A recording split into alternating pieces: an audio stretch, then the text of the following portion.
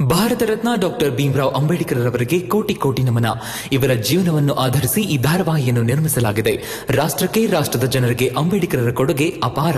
ಹಲವಾರು ಅಧಿಕೃತ ಪುಸ್ತಕಗಳನ್ನು ಆಧರಿಸಿ ಈ ಕಥೆಯನ್ನು ತಮ್ಮ ಮುಂದೆ ಇಡಲಾಗಿದೆ. ಈ ಧಾರಾವಾಹಿಯನ್ನು ವಾಹಿನಿಯು ನಿಷ್ಠೆಯಿಂದ ನಿರ್ಮಿಸಿದ್ದು, ಬಾಬಾ ಸಾಹೇಬರ ಜೀವನ ಮತ್ತು ಸವಿಸಿದ ಹಾದಿ ಪ್ರತಿಯೊಬ್ಬರಿಗೂ ಸ್ಫೂರ್ತಿ ನೀಡುತ್ತದೆ ಎಂಬುದನ್ನು ವಾಹಿನಿಯು ಬಲವಾಗಿ ನಂಬಿದೆ.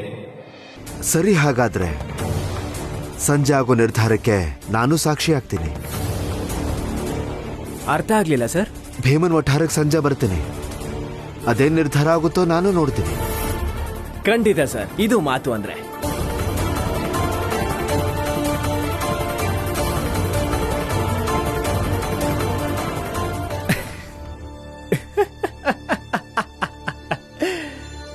ಭೀಮರಾವ್, ಆಸೆ ಬಿಟ್ಬಿಡು. ವಿದ್ಯಾರ್ಥಿ ವೇತನದ ಆಸೆ ಬಿಟ್ಬಿಡು. ಮಹಾರಾಜರ ಮಂತ್ರಿನಪ್ಪ ಅವರು, ಏನ್ ಬೇಕಾದ್ರೂ ಹೇಳ್ತಾರೆ. ನೀನೋ ಮೂರ್ಖ ಆಗಿದೆಯಾ ಬಿಡು. ಇಲ್ಲಿಗೆ ಬಂದು ಏನ್ ಮಹಾ ಹೇಳ್ಬೋದು ಹೇಳು? ಹೇಳು.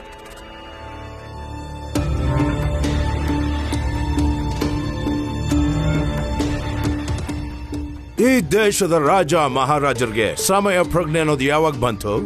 ಉಳಿದಿರೋರ ಬಗ್ಗೆ ಗೊತ್ತಿಲ್ಲ, ಆದರೆ ವಡೋದರಾದ ರಾಜ ಸಯ್ಯಾಜಿ ಮಹಾರಾಜರು ಸಮಯ ಪಾಲಿಸೋದನ್ನ ಎಂದಿಗೂ ಮರ್ತಿಲ್ಲ.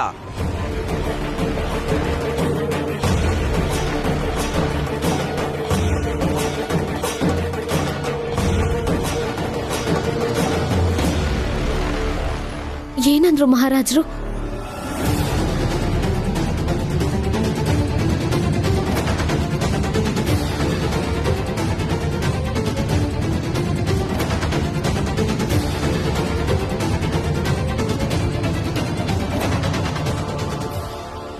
ಮಹಾರಾಜರು ತಮ್ಮ ನಿರ್ಧಾರವನ್ನ ಬದಲಾಯಿಸಿದ್ದಾರೆ.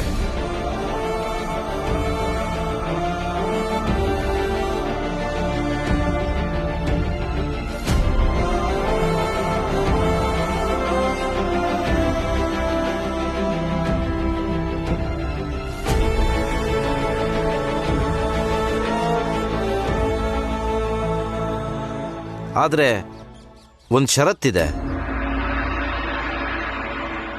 ಭೀಮರಾವ್, ನಿನ್ನ ಪ್ರಶ್ನೆಗೆ ಮಹಾರಾಜರು ಉತ್ತರ ಕಳಿಸಿದ್ದಾರೆ.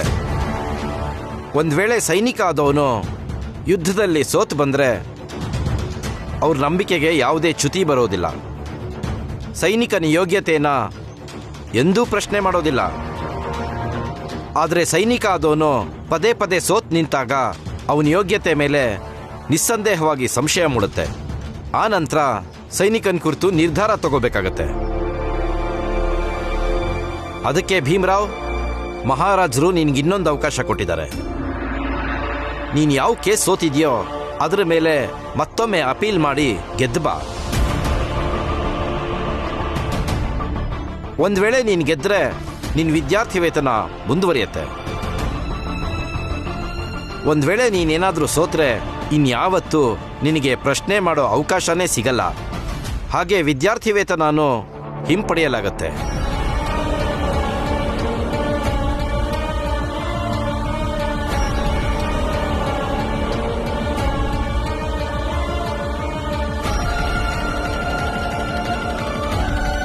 ನಾವಿನ್ ಬರ್ತೀವಿ.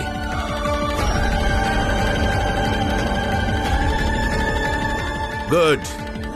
ನಮ್ಗೆ ಒಂದೇ ಕೇಸಲ್ಲಿ 2 ಸಲ ಭೀಮರಾವ್ನ ಸೋಲ್ಸೋ ಅವಕಾಶ ಸಿಕ್ಕಿದೆ.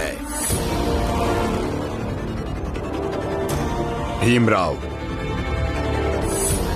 ಈ ಸಲ ನೀನ್ ಸೋತ್ರೆ ಬರ್ದಿಟ್ಕೊಂಡ್ಬಿಡು. ನಿನ್ನ ವಿದ್ಯಾರ್ಥಿ ವೇತನ ಶಾಶ್ವತವಾಗಿ ಅಂತ್ಯ ಕಾಣುತ್ತೆ. ಈ ವಿದ್ಯಾರ್ಥಿ ವೇತನದ ಜೊತೆಗೆ ನಿನ್ನ ಓದಿನ ಕನಸು ಕೂಡ ಅಂತ್ಯ ಕಾಣುತ್ತೆ ಭೀಮರಾವ್, ತಿಳ್ಕೋ.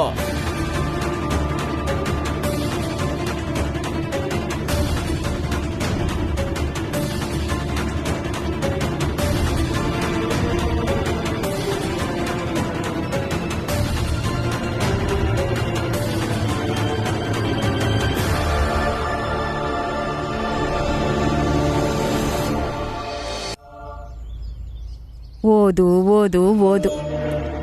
ಈ ಕೋರ್ಟು ಕಚೇರಿ ಅಲ್ದಾಟದಲ್ಲಿ ಭೀಮ ಅದೆಷ್ಟು ಓದ್ತಾನೋ ನೋಡೋಣ. ಅತ್ತೆ, ಯಾರ್ ಬ್ಯಾರಿಸ್ಟರ್ ಆಗ್ಬೇಕು ಅನ್ಕೊಂಡಿದಾರೋ ಅವರು ಕೋರ್ಟು ಕಚೇರಿನ ನೋಡ್ಲೇಬೇಕಲ್ವಾ?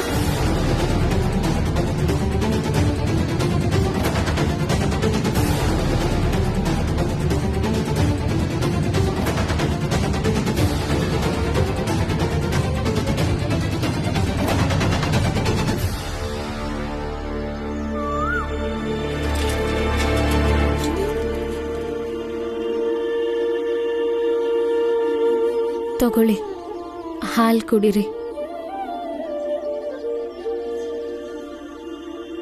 ಅವರು ಎಷ್ಟು ದೊಡ್ಡ ಮಹಾರಾಜರಾಗಿದ್ರು ನಿಮ್ ತಪ್ಪಿಲ್ಲ ಅಂತ ಅವರು ಅರ್ಥನೇ ಮಾಡ್ಕೊಳ್ಳಿಲ್ಲ. ಫರ್ಮಾನ ಹೊರಡಿಸಿದ್ದಾರೆ, ಒಂದು ಕೇಸ್ ಗೆಲ್ಲೂ ಇಲ್ಲ, ವಿದ್ಯಾರ್ಥಿ ವೇತನ ಮರ್ತ್ಬಿಡು ಅಂತ. ಅಲ್ಲ, ಈ ವಟಾರದವ್ರು ನಿಮ್ನ ಅರ್ಥ ಮಾಡ್ಕೊಳ್ಳಿಲ್ಲ ಅಂದ್ರೆ ಅದನ್ನ ಒಪ್ಕೋಬಹುದು. ಆದ್ರೆ ಅವ್ರ ಮಹಾರಾಜರಾಗಿದ್ಕೊಂಡು ನೋಡು ರಮ, ಅದ್ ಹಾಗಲ್ಲ. ಅವರು ಮಹಾರಾಜರು, ನಮಗಿಂತ ಬಹಳ ದೊಡ್ಡವರು. ಸದಾಕಾಲ ದಯೆ ಕರುಣೆ ಅಂತಿರಕ್ಕಾಗಲ್ಲ. ಮನುಷ್ಯನ ಮುಂದೆ ಒಂದು ದೊಡ್ಡ ಸವಾಲಿ ಎದುರಾದಾಗ್ಲೇ ಆತನ ಕಾರ್ಯಕ್ಷಮತೆ ಅವನಿಗೆ ಅರ್ಥ ಆಗೋದು. ಈಗ ಮಹಾರಾಜರು ನನ್ನ ಮುಂದೆ ಇಟ್ಟಿರೋ ಸವಾಲಿಗೇನಾದ್ರೂ ನಾನು ಸರಿಯಾಗಿ ಪರಿಹಾರ ಕೊಟ್ರೆ ನನ್ನ ಕ್ಷಮತೆ ಕೂಡ ಹೆಚ್ಚಾಗತ್ತೆ. ಆದ್ರೆ ಪರಿಹಾರ ಹೇಗ್ ಹುಡುಕ್ತೀರಾ? ಕೇಸ್ ಯಾರು ನಡೆಸ್ತಾರೆ?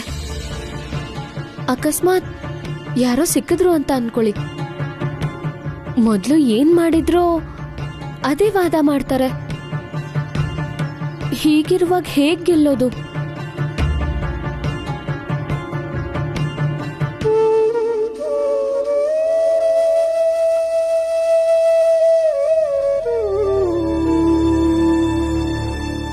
ಚಹಾ ಕುಡಿ ಕುಡಿ.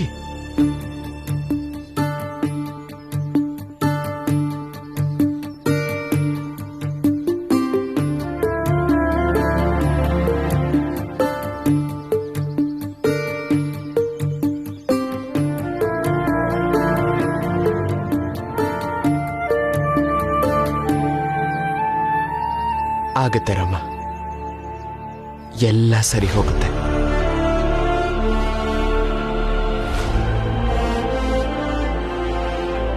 ಅಲ್ಲ, ನೀವೇನ್ ಮಾಡ್ತಿದ್ದೀರಾ?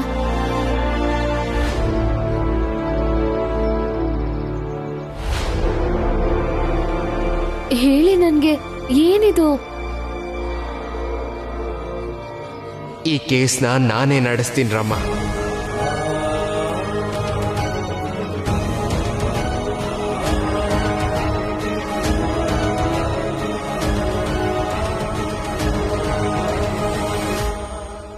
ಭೀಮಾ, ಬೆಳಗ್ಗೆ ಬೆಳಗ್ಗೆ ಎಲ್ಲಿ ಹೋಗ್ತಾ ಇದೀಯಾ? ಇನ್ನೂ ಆಫೀಸ್ಗೆ ಹೋಗೋ ಸಮಯನೂ ಬಂದಿಲ್ಲ. ಮಾವ, ಒಂದ್ ಸಂತೋಷದ ವಿಷಯ. ಏನ್ರಮ್ಮ? ಮುಂದಿನ ಬ್ಯಾರಿಸ್ಟರ್ ಬಾಬು ಈಗ ತಮ್ಮ ಕೇಸ್ ತಾವೇ ನಡೆಸ್ತಿದ್ದಾರೆ. ಏನು?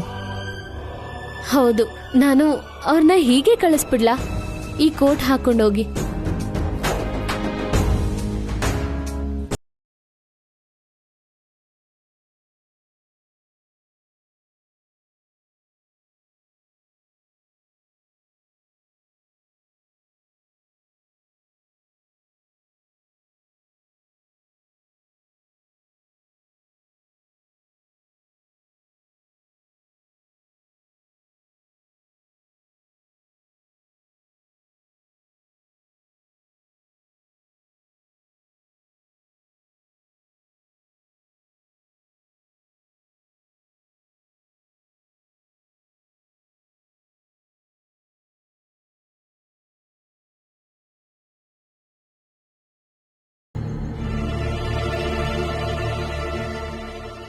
ಅದನ್ನ ಹೇಳ್ಬೇಕಾಗಿಲ್ಲ, ಎಲ್ರಿಗೂ ಗೊತ್ತಿರೋದೆ. ಎಲ್ರಿಗೂ ಗೊತ್ತಿಲ್ಲ ಅನ್ಸತ್ತೆ. ಗೊತ್ತಿದ್ದಿದ್ರೆ ರಮ್ಮ ಹೀಗೆ ಹೇಳ್ತಿರ್ಲಿಲ್ಲ. ನಿಮಗ್ ಗೊತ್ತಿರೋದನ್ನ ನಿಮ್ ಹಠಮಾರಿ ಸೊಸೆಗೂ ಸ್ವಲ್ಪ ಹೇಳ್ಕೊಡಿ. ಇನ್ಮೇಲೆ ಮಾತಾಡುವಾಗ ನನ್ನನ್ನು ಸೇರ್ಸ್ಕೊಳ್ಳೋದ್ ಬೇಡ ಅಂತ. ಅತ್ತೆ, ನನ್ನ ಕ್ಷಮಿಸ್ಬಿಡಿ. ಇನ್ಮೇಲೆ ಎಚ್ಚರವಾಗಿರ್ತೀನಿ.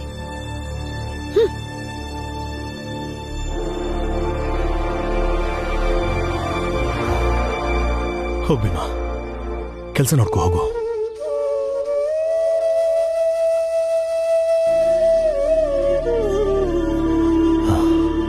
ಸರಿಯಾಗಿದ್ರೆ ನಾನು ಸಹ ಕೆಲಸ ಹುಡ್ಕೊಂಡೇ ಹೋಗ್ತೇನೆ. ಬದುಕೋಕ್ಕೋಸ್ಕರ ಏನಾದ್ರೂ ಒಂದು ಮಾಡ್ಲೇಬೇಕಲ್ಲ. ಒಂದಿನ ಬಂದೇ ಬರುತ್ತೆ, ಅವತ್ತು ನಮ್ ಎಲ್ರಿಗೂ ಕೆಲ್ಸ ಸಿಗುತ್ತೆ. ಮತ್ತೆ ಎಲ್ರೂ ಕೆಲ್ಸ ಹುಡ್ಕೋದನ್ ಬಿಟ್ಟು ಕೆಲ್ಸ ಮಾಡಕ್ ಹೋಗ್ತಾರೆ. ಖಂಡಿತ ಮಗಳೇ, ಆದ್ರೆ ನಾನು ಅಲ್ಲಿವರೆಗೂ ಜೀವಂತ ಇರಲ್ಲ ಅಂತ ಅನ್ಸುತ್ತೆ. ಮಾವ,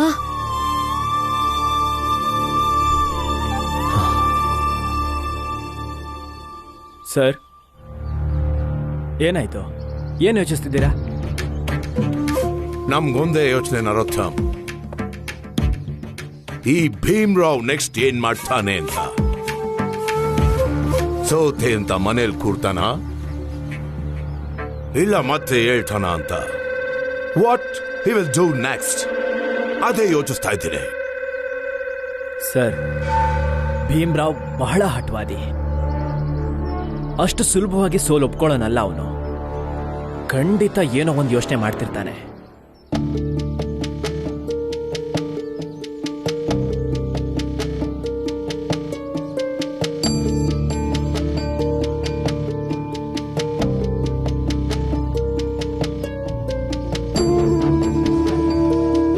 ಭೀಮಾ,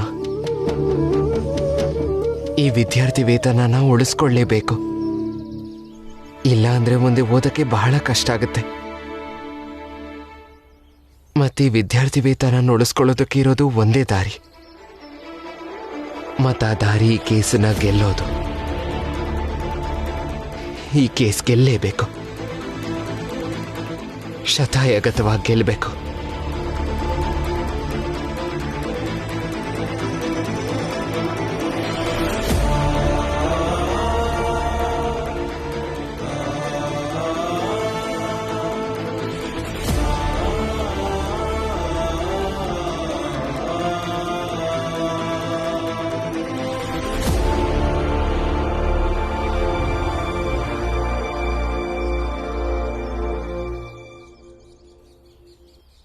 ನೀವ್ ಎಂಥ ದಾರಿ ಹುಡುಕ್ಬೇಕು ಅಂದ್ರೆ ಇನ್ನೊಂದು 8-10 ತಿಂಗಳು ಕಾಲೇಜ್ ಶುರುವಾಗಬಾರ್ದು. ಹಾಗಾದ್ರೆ ಮಾತ್ರ ಆ ಭೀಮ್ರಾವ್ನ ಅಹಂಕಾರ ಮುರಿಯುತ್ತೆ. ಖಂಡಿತ ಹೌದು. ಭೀಮ್ರಾವ್ನ ಓದು ಅಂತ್ಯ ಅಂದ್ರೆ ಭೀಮ್ರಾವ್ನ ಯುಗನೂ ಅಂತ್ಯ ಅಂತಾನೆ. ಅರೆ ವಾಹ್ ವಾಹ್! ಸರ್, ಇಲ್ಲಿ ನೋಡಿ, ಇದು ಪ್ರಚಂಡ ಮೂರ್ತಿಗಳ ತೋಟದಿಂದ ಬಂದಿರೋ ಹಣ್ಣು. ತುಂಬಾ ಸಿಹಿಯಾಗಿದೆ, ರಸಪೂರಿ ಹಣ್ಣಿದು. ಅಂದ್ರೆ ಭಾರತದಲ್ಲಿ ಬೇಸಿಗೆ ಕಾಲ ಅಂದ್ರೆ ಮಾವಿನ ಹಣ್ಣಿನ ಕಾಲ. ನೀವು ಕೂಡ ತಿನ್ನಿ, ಮತ್ತೆ ನಿಮ್ ಹೆಂಡತಿ ಮಕ್ಳಿಗೂ ತಗೊಂಡು ಹೋಗಿ. ಹಾಗೆ ಸಾಹೇಬ್ರೆ, ಈ ಹಣ್ಣು ತಿಂತ ತಿಂತ ಕಾಲೇಜ್ ಹೇಗ್ ಬಂದ್ ಮಾಡಬೇಕು ಅನ್ನೋದ್ರ ಬಗ್ಗೆ ಯೋಚನೆ ಮಾಡಿ. ನಾನು ಆಫೀಸ್ಗೆ ಹೋಗಿ ಯೋಚನೆ ಮಾಡ್ತೇನೆ, ಈಗ ಕಾಲೇಜ್ಗೆ ಹಾಕಿರೋ ಬೀಗನ ಇನ್ನು ಎಷ್ಟು ತಿಂಗಳು ಮುಂದುವರಿಸಬಹುದು ಅಂತ.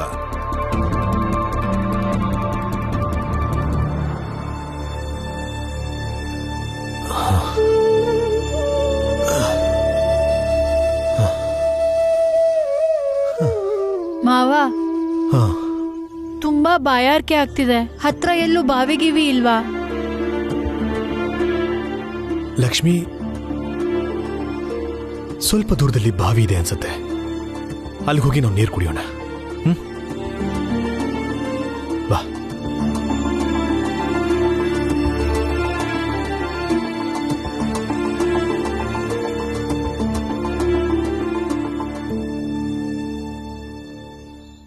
ಬಾಲಣ್ಣ,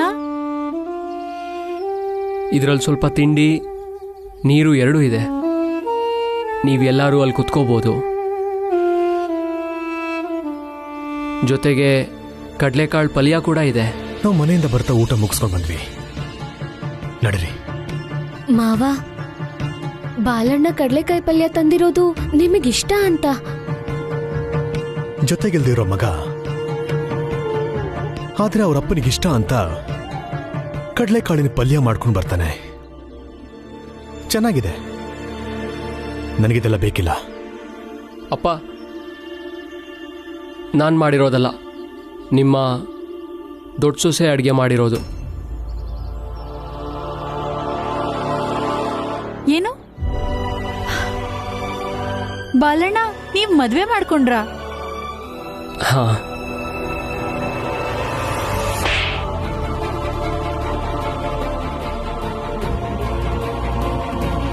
ನನಗೆ ಒಂದು ಮಾತನ್ನು ಹೇಳಬೇಕು ಅಂತ ಅನಿಸ್ತಿಲ್ವ ನಿನಗೆ? ಮನೆಗೆ ಬರಕ್ಕಾಗುತ್ತೆ, ಕ್ರಿಕೆಟ್ ಆಟ ಆಡಕ್ಕಾಗುತ್ತೆ, ಆದ್ರೆ ಇದನ್ನ ಹೇಳಕ್ಕಾಗ್ಲಿಲ್ವ ನಿನಗೆ? ಮದ್ವೆ ಆಗಿದೆ ನಿನಗೆ ಅಂತ. ಅಪ್ಪ, ನಾನು ಇದೇ ಪ್ರಶ್ನೆ ನಿಮಗೆ ಕೇಳ್ಬೋದು. ಇಷ್ಟು ದಿನದಿಂದ ಒಟ್ಟಿಗೆ ಇದ್ದೀವಿ, ನೀವು ಯಾವತ್ತಾದ್ರೂ ಕೇಳಿದ್ರಾ? ಇಲ್ಲ ತಾನೇ? ಆನಂದ, ಭೀಮಾ ನಿಮ್ಮ ಜೊತೆಗಿದ್ರು, ಅದಕ್ಕೆ ಅವ್ರ ಮದುವೆ ಮಾಡಿದ್ರಿ. ಮತ್ ನನ್ನ ಮದುವೆ ಯೋಚನೆ ಆದ್ರೂ ಮಾಡಿದ್ರಾ?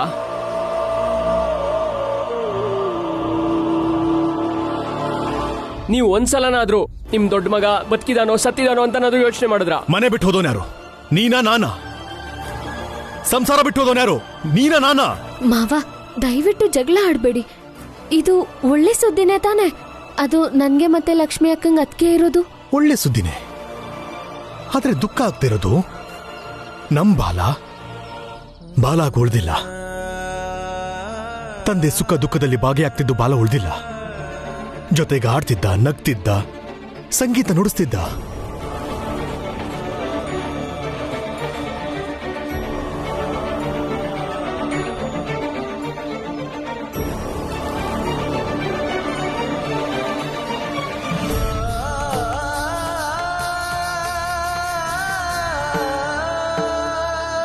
ನಿನಗೆ ಸಂಸಾರ ಎಲ್ಲ ಬೇಕಿಲ್ಲ,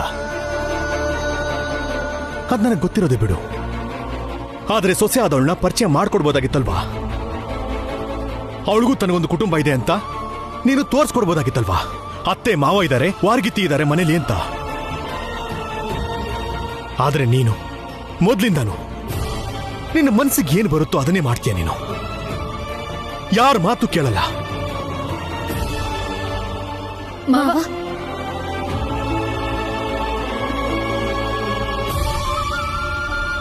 ನೀವಿಬ್ರು ಇದನ್ನ ಊಟ ಮಾಡ್ಕೊಳ್ಳಿ. ನಾನೊಂದ್ ಸ್ವಲ್ಪ ಅಪ್ಪನ ಜೊತೆ ಮಾತಾಡ್ಬೇಕು. ಬಾಲಣ್ಣ ಯಾವಾಗ್ಲೂ ಇದ್ದಿದೆ ನಮ್ದು, ಮಾತಾಡ್ಕೊಂಡು ಬರ್ತೀನಿ.